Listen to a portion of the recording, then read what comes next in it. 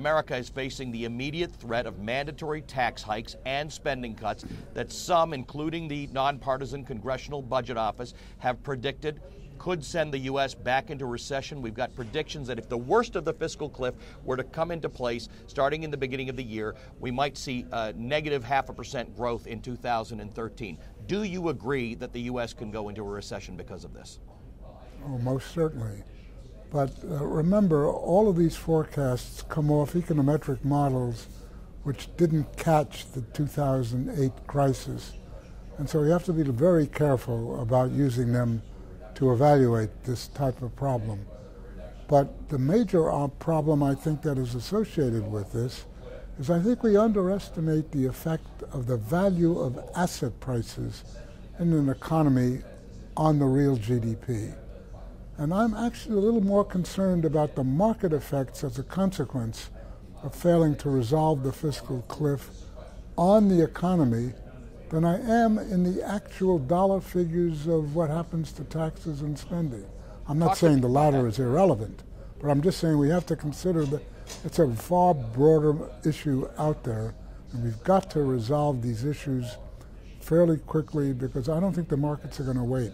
The last time Washington faced the expiration of the Bush-era tax cuts back in 2010, you said in interviews they should follow the law and let them expire for everyone. Now, putting aside the other parts of the fiscal cliff, do you still feel that all Americans should see their income tax rates rise? I say that this crisis is going to be extraordinarily difficult to resolve. In other words, the crisis I'm referring to is not the fiscal cliff crisis, but the broad crisis with respect to debt.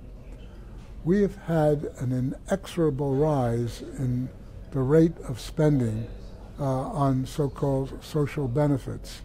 And as I mentioned before, this is both Republican and Democrat, and neither one of them can get a hold on this.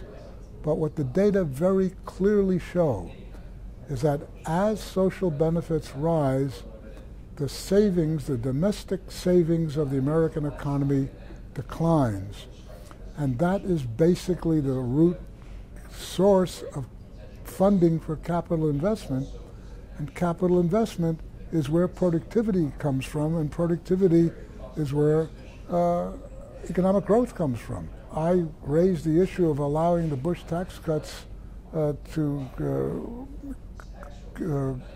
rescind on schedule was not that I want taxes to go up. I think it's a terrible idea. Relative to what?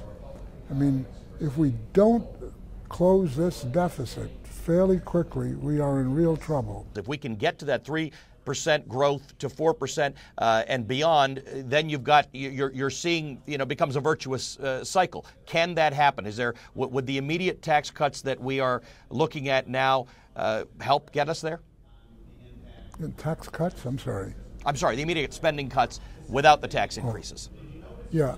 No, look, IMF studies showed definitively that if you cut spending in a situation like this, it does lower the GDP, but nowhere near the amount that an increase in taxes lowers the rate of increase in GDP. So that I think if we have to have a moderate recession to solve this huge fiscal problem that's in front of us, I think that is a very small price to pay, because we're not going to get out of this thing without pain. There's a presumption here that we have a whole schedule of economic policies which can just basically solve the problem as though it's a normal situation. It is not. This is an extraordinarily unprecedented situation, and unless and until we rein in the spending growth, this economy can't function. But is it going to be easy? No. All of those tax subsidies or all of those tax benefits are there for reasons. There are constituencies beneath all of them, and the general presumption that this is going to be done without any real disruption to the economy is nonsense. I mean, all of the low-hanging fruit of solving these types of problems is long ago been picked. And I don't see that there's any easy way to solve this problem except just the brute changes that need to be made, and they are hurtful.